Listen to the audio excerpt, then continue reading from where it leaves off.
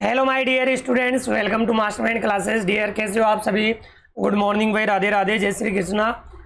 आ चुके जितने भी स्टूडेंट्स यहाँ पे जुड़ रखे हैं, प्लीज़ एक बार बता दीजिएगा। वॉइस बिल्कुल क्लियर आ रही है आप सभी के पास में? तो आज अपना ये 7th नंबर का डे रहने वाला है, जिसके अंदर मैं आपको ट्रांसलेशन करा रहा हूँ। और इस ट्रांसलेशन सीरीज़ का ये 7th डे है।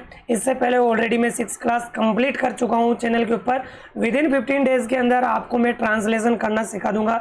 बट यही है कि आप रेगुलर बने रहना, साथ में प्रैक्टिस करते रहना। और जो इसकी PDF है वो टेलीग्राम चैनल के ऊपर देखने को मिल जाती है, जिसका लिंक मैं डिस्क्रिप्शन में आपको दे रखा हूँ, तो जाकर ज्वाइन हो जाइएगा। आज की इस क्लास के अंदर एक मॉरल स्टोरी जिसका नाम है the moon in A dish, यानी एक बर्तन। देखो, डिश का मतलब है थाली भी होता है और बर्तन भी होता है, ठीक है। तो the moon in A dish यानी एक चंद्रमा एक थाली के अंदर। तो ये कैसे पॉसिबल हो सकता है, तो देखिएगा। पेन कॉपी साथ में लेके बैठना, क्योंकि मैं कुछ एडिशनल चीज़ें भी मैं आपको बताते हुए चलूँगा, क्योंकि ग्रामर वाली चीज़ें भी बताना पड़ता है, जिससे आप इजीली ट्रांसलेट कर सको। तो देखिएगा, मैंने ट्रांसलेट करने का एक जनरली फॉर्मेट बताया था आपको डियर। फिर से वापस मैं एक बार रिपीट कर देता हूँ, क्योंकि रिपीट करना मेरा काम है और रिवाइज करना आपका काम है। चलो फालतू बात नहीं करते हम। जैसे कि डियर मैंने बताया था, जो पॉजिटिव सेंटेंस होता है एफर्मेटिव वाला, इंग्लिश के अंदर क्या होता है, जनरली सब्जेक्ट होता है, देन इसके बाद में हेल्पिंग वर्ब होती है, और फिर इसके बाद में मेन वर्ब होती है, देन इसके बाद में अदर वर्ड यानी ऑब्जेक्ट होता है। अब जब हम हिंदी में ट्रांसलेट करते हैं ना डियर, तो क्या किया जाता है, इंग्लिश में जो सब्जेक्ट था उसको एडजेक्टिव ऐसा कैसा बोलना है आपको, फिर इसके बाद में जो ऑब्जेक्ट अदर वर्ड थे उनको बोलना है, सब्जेक्ट के तुरंत बाद उनको बोलना है, जैसे एडजेक्टिव एडवर्ब जो ऑब्जेक्ट के रूप में गिवन है। फिर इसके बाद में जो जैसे कि एडवर्ब रह गई या कोई प्रीपोजिशन हो गए उनको बोलना है। देन इसके बाद में आपको मेन वर्ब बोलना है, अगर मेन वर्ब गिवन है तो वो बोलना है। देन इसके बाद में आपको एच भी बोलना है, हेल्पिंग वर्ब लास्ट में बोलना है। तो ये फॉर्मेट आपको जनरली आना चाहिए, तो ही ट्रांसलेट कर पाओगे। ये एक फॉर्मेट मान लो, जैसे कि अब मैं इस फॉर्मेट को फॉलो करता हूँ। Ravi was having his dinner. Ravi यहाँ पे कोई लड़का है, तो रवि, रावी भी बोल सकते हो। देखिएगा, इंग्लिश के अंदर जो नेम होते हैं अटपटे चटपटे होते हैं, तो रावी भी हो सकता है, रवि भी हो सकता है। वो आगे पता पड़ेगा कि इसके लिए प्रोनाउन ही यूज हुआ है कि सी यूज हुआ है। तो Ravi was having his dinner. देखो, हैविंग खाना खाने के लिए भी यूज किया जाता है। जो हैव वर्ब होती है ना डियर, ये भोजन करने के लिए हम यूज करते हैं। तो Ravi was having his dinner, Ravi अपना डिनर कर रहा था। डिनर का मतलब होता है रात्रि भोजन, और एक जो शाम का भोजन होता है उसे हम सफर भी बोलते हैं। 8 बजे के पहले जो भोजन करते हो ना आप शाम के समय, इवनिंग के समय, उसे हम सफर बोलते हैं, सुपर नहीं है ये। और डिनर 8 बजे के बाद में जो भोजन करते हैं उसे हम डिनर बोलते हैं। तो रवि अपना रात्रि भोजन कर रहा था। देखो, ये करने के लिए यूज हुआ है, ये जो वर्ब आई है ना यहाँ पे हैविंग, ये मेन वर्ब की तरह यहाँ पे यूज की गई है। और वोज जो हेल्पिंग वर्ब है इसको लास्ट में बोलना है। वोज का मतलब क्या होता है, ती ते। तो वह रात्रि भोजन कर रहा था। ये फॉर्मेट आपको समझ में आ गया? अब समझ में आ गया तो प्लीज़ एक बार लाइक कर दीजिएगा और एक प्यारी सी कमेंट कर दीजिएगा, और अपने 5 दोस्तों के पास में इस वीडियो को ज़रूर शेयर करना, जिससे वो भी अपने चैनल से जुड़ सके। इसके बाद में नेहा वॉज वीपिंग। वीपिंग का मतलब होता है रोना। तो नेहा रो रही थी। अभी इसमें ऑब्जेक्ट नहीं है, ऑब्जेक्ट नहीं है तो मेन वर्ब बोलो, फिर लास्ट में क्या बोलना है, हेल्पिंग वर्ब। तो नेहा रो रही थी।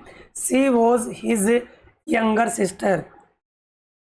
सी वॉज यंगर सिस्टर, वह उसकी छोटी बहन थी। यंगर का मतलब होता है छोटी, और एल्डर का मतलब होता है बड़ी।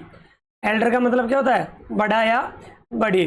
तो जो नेहा थी वो उसकी यंगर सिस्टर थी, छोटी बहन थी, किसकी, रवि की। तो सी वॉज हिज किसके लिए आया, किसके लिए यूज हुआ है, रवि के लिए। तो ये ग्रामर वाली चीज़ें ध्यान रखना है। She did not want to have her dinner, हर नेहा के लिए आया। तो she did not want to have her dinner, to के बाद में वर्ब की फर्स्ट फॉर्म। तो वह उसका रात्रि भोजन नहीं करना चाहती थी।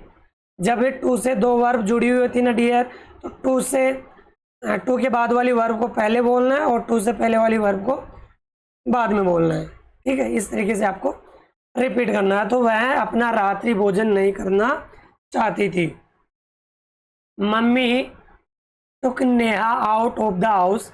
जो उसकी मम्मी थी नेहा को घर के बाहर लेके जाती है।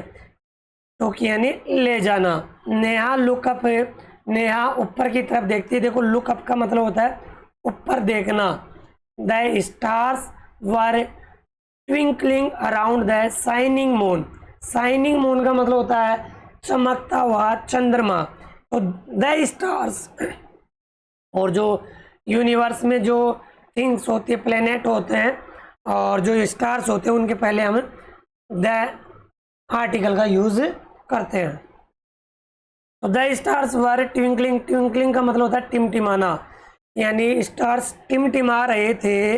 अराउंड यानी चारों ओर। द शाइनिंग मून यानी चमकते हुए चंद्रमा के चारों ओर सितारे चमक रहे थे। नेहा वॉज हैप्पी, नेहा खुश थी। नेहा वॉज हैप्पी, नेहा खुश थी। To see the night sky यानी रात्रि के बादल को देखकर, यानी आसमान को देखकर वो बड़ी खुश थी। रात्रि आसमान को देखकर नेहा बड़ी खुश थी। तो दोबारा ट्रांसलेट करो। नेहा ऑब्जेक्ट क्या है यहाँ पे, द नाइट स्काई। रात्रि आसमान को देखकर बड़ी खुश थी। देखो टू के बाद में यहाँ पे वर्ब आई है ना बेटा, तो इस वर्ब को पहले बोलो और टू से पहले जो वर्ब आई इसको बाद में बोलो ट्रांसलेट करने में। सी आस्क्ड मम्मी, उसने मम्मी से पूछा to get the moon for her. She asked mummy, उसने मम्मी से पूछा to get the moon for her, क्या वह उसके लिए चंद्रमा ला सकती है। ऐसे कौन पूछती है, नेहा पूछती है। बार बार आप देखो वीडियो को, स्किप बिल्कुल नहीं करना है। बैक कर करके देखो कि मैंने इसका ट्रांसलेट क्या किया, क्या फॉर्मेट मैंने यूज़ किया है। और वीडियो को फिर देख लेना एक बार, स्पीडोमीटर पे लगा के देख लेना, कैसे भी लगा के देखो, लेकिन मैं बोल रहा हूँ ट्रांसलेट करना सीख जाओगे। Ravi heard Neha and laughed. Ravi heard Neha, Ravi सुनता है नेहा को कहते हुए। भाई माँ को क्या बोलेगी, माँ मुझे चंद्रमा चाहिए, क्या मेरे लिए ला सकती हो। तो रवि हंसता है, ये बावड़ी हो गई थी के, कछु भी पता नहीं है इसको, तो पगला गई ये लड़की, चंद्रमा कैसे लाएंगे भाई इसके लिए। मम्मी सेड, मम्मी ने कहा I will get the moon for you, मैं तुम्हारे लिए चंद्रमा लेके आऊंगी। मेरी बेटी है ना, तो पापा की परी है, और परी को ये थोड़ी ना पता है कि चंद्रमा कैसे आएगा, जरूर लेके आऊंगी बेटा, है ना। ऐसे वो अपनी गुड़िया से बोलती है। But you will have to finish your dinner first, लेकिन तुम्हें सबसे पहले डिनर को फिनिश करना होगा। देखो, but you will have to finish your dinner first, पहले तुम्हें डिनर को ख़त्म करना होगा। नेहा वेंट इनसाइड, नेहा अंदर गई। इनसाइड का मतलब अंदर की ओर। And started having her dinner, और अपने डिनर को खाना शुरू कर दिया।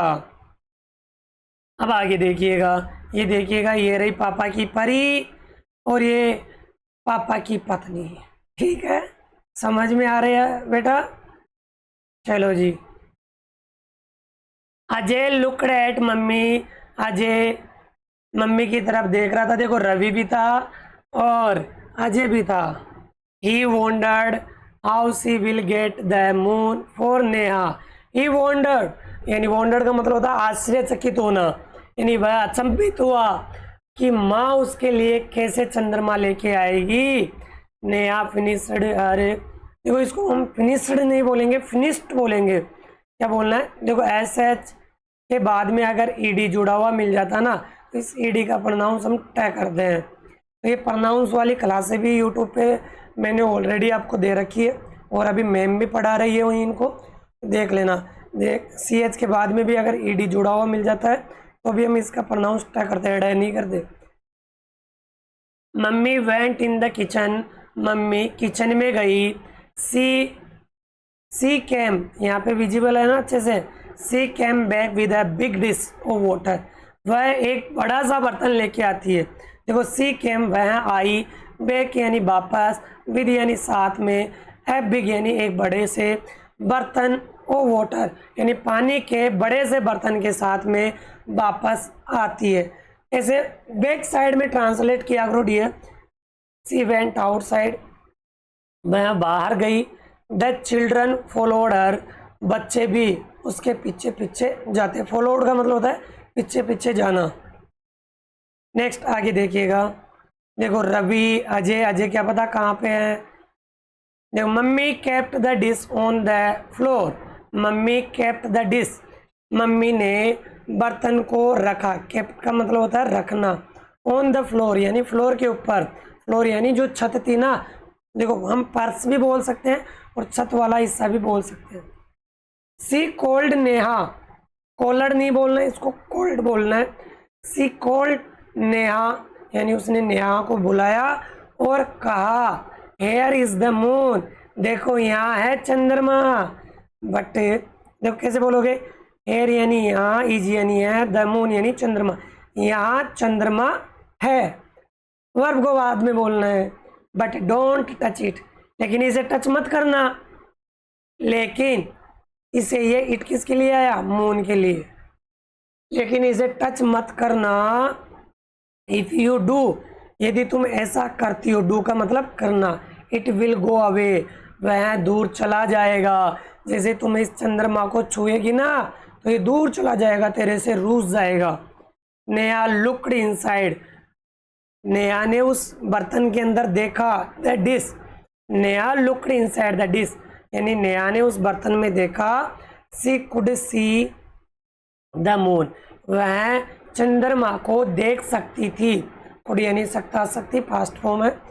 इन द वाटर यानी पानी में। She was very happy now, now यानी अब, वह अब बहुत खुश थी। सी लुक एट, देखो इसको लुक्ड नहीं बोलना है, लुक्ड बोलना है। के बाद में भी अगर ईडी जुड़ा हुआ मिल जाए ना तो इसको भी प्रोनाउंस हम टाई करेंगे।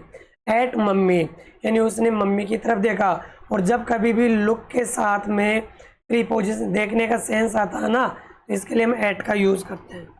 लुक्ड, लुक्ड एट मम्मी यानी उसने मम्मी की तरफ देखा। एंड जंप्ड इन जॉय, और जोर से नाचने लग गई। पापा की परी ऐसे उछलने लग गई, है ना। ये देखो पापा की परी, और ये लो भाई ये बन गई पापा की परी। ऐसे भाई साहब डांस करने लग जाती हो, मजा आ गया, चंद्रमा आ गया, मेरी मोम ने मेरे लिए चंद्रमा ले आया। अब इधर भाई साहब चैप्टर फिनिश हो जाता अपना, है ना। तो इसे एक क्वेश्चन आंसर है, वो क्वेश्चन आंसर हम बाद में देखेंगे। बट बताओ ये कहानी आपको कैसी लगी, इंटरेस्टिंग लगी होगी। हाँ भाई, चुन्नू मुन्नू, अरे मेरे लाल, मेरे पीले, मेरे गुलाबी, समझ में आ गई? तो समझ में आ गई, वीडियो को तो शेयर करना है और एक प्यारी से कमेंट करके बताना कि वीडियो कैसा लगा। चैनल पे नए हो, चैनल को सब्सक्राइब कर लेना। डेली आपको 9 बजे क्लास देखने को मिलेगी, ठीक है। बेल आइकन प्रेस कर लेना। और जिस भी क्लास में आप पढ़ रहे हो उसके क्लासेस चैनल पे चल रही है, कोर्स ज्वाइन कर लेना। फ्री ऑफ कॉस्ट के अंदर सारी चीज़ें मैं प्रोवाइड करा रहा हूँ, कसम से बता रहा हूँ, मज़ा आ जाएगा पढ़ने में। नेक्स्ट वीडियो मिलते हैं, तब तक के लिए बाय बाय, टेक केयर।